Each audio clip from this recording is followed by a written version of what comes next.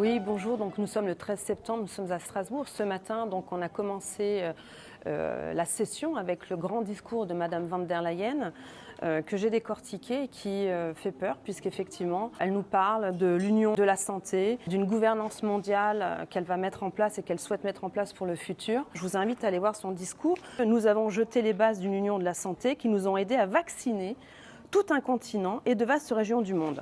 Et là, en même temps, nous avions prévu, nous, de faire une conférence sur un sujet qui me tient à cœur, c'est les traités de l'OMS. Vous savez tous très bien que depuis 3 ans, c'est la Commission européenne qui a géré la pandémie. Elle s'est octroyée cette compétence, notamment pour l'achat de vaccins et surtout la mise en place du pass sanitaire européen qu'on a tous subi. Pourquoi cette conférence organisée par ma collègue Christine Anderson?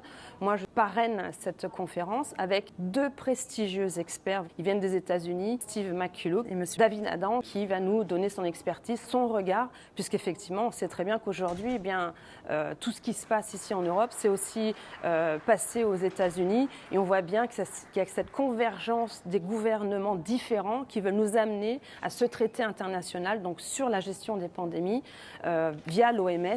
Je rappelle, c'est une institution qui est non élue, des gens qui sont désignés par des États membres, donc il y en a 194 aujourd'hui. On vient d'apprendre que la Commission, effectivement, va être partie prenante pour la gestion et le vote de ce nouveau traité qui nous enlève finalement cette souveraineté, la gestion de notre santé.